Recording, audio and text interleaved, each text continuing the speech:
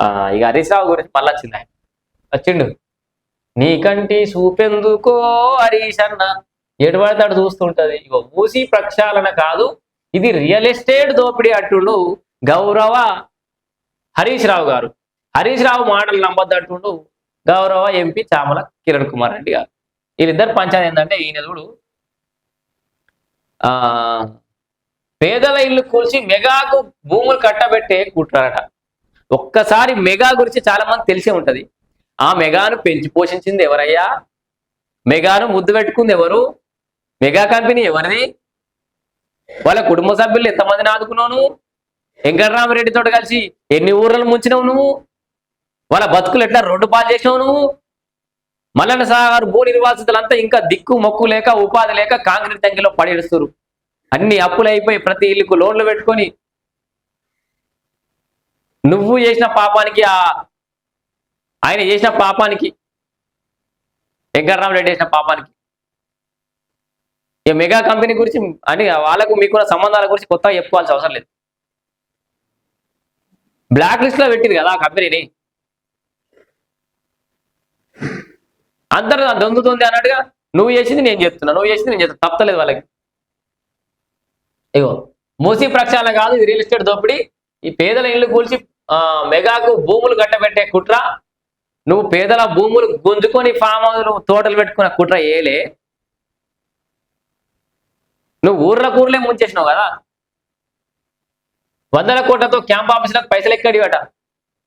మీరు 100 కోట్లు ఖర్చు పెట్టి అంటే క్యాంప్ ఆఫీస్ అంటే ఇన్ఫ్రాస్ట్రక్చర్ కట్టిన ఏడిపోవు.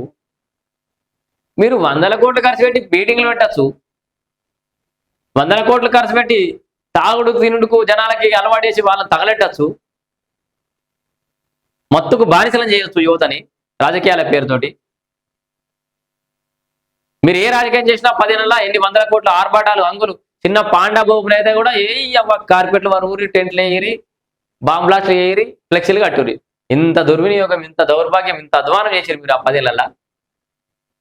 ఇప్పుడు మీరు మాట్లాడతారు ఇండ్లు ఖాళీ చేయమని నోటీసులు ఇస్తున్నారు. బాధితుల పక్షాన అసెంబ్లీలో ప్రభుత్వాన్ని నిలదీస్తా.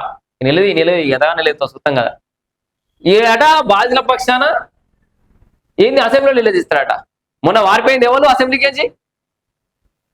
నాకు టైం ఇస్తలేరు, నన్ను మాట్లాడిస్తలేరు అని పారిపోయింది నువ్వు కాదు.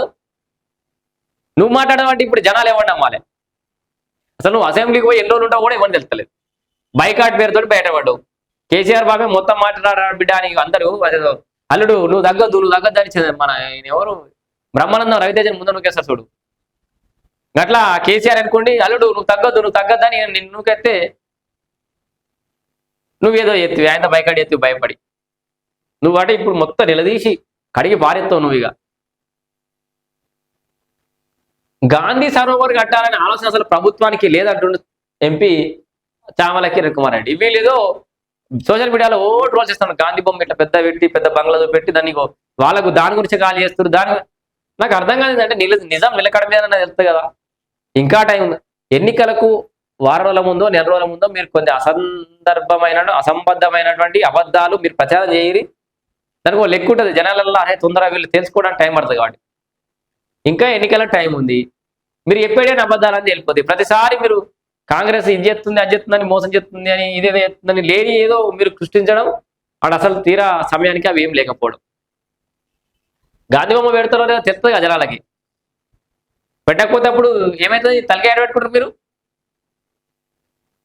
30 మీటర్ల బఫర్ జోన్ కోసం ఆదేశాలు ఉన్నాయి. గతంలో కమిషన్లు తీసుకొని పర్మిషన్లు ఇచ్చారు.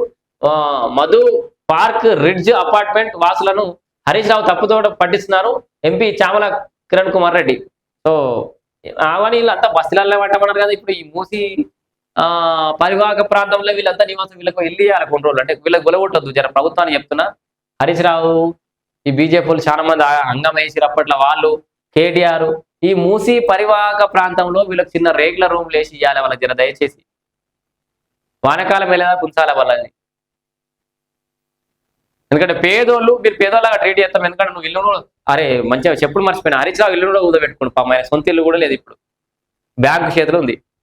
కాబట్టి ఆ మూసి పరివాహక ప్రాంతంలో హరీష్ రావుకు రేకుల రూమ్ ఇవ్వాలి ఒకటి. దెబ్బన మునిగిపోతే నష్టపరిహారం ఇద్దాం, అంతే కదా. మన పేదలకు అట్లే ఏమంటుండు కదా, వాళ్ళకి మంచి పునరావాసం కల్పించి అక్కడ నుంచి సురక్షిత ప్రాంతాలకు తరలించడానికి ఇష్టం లేదు కదా, ఆ సార్నే అక్కడనే ఉంచుదాం. పొరపాట వరద వచ్చి సార్ కొట్టకపోతే కుటుంబ సభ్యులకి మనం నష్టపరిహారం ఇద్దాం. ప్రభుత్వం దీని మీద దృష్టి సారించాలి.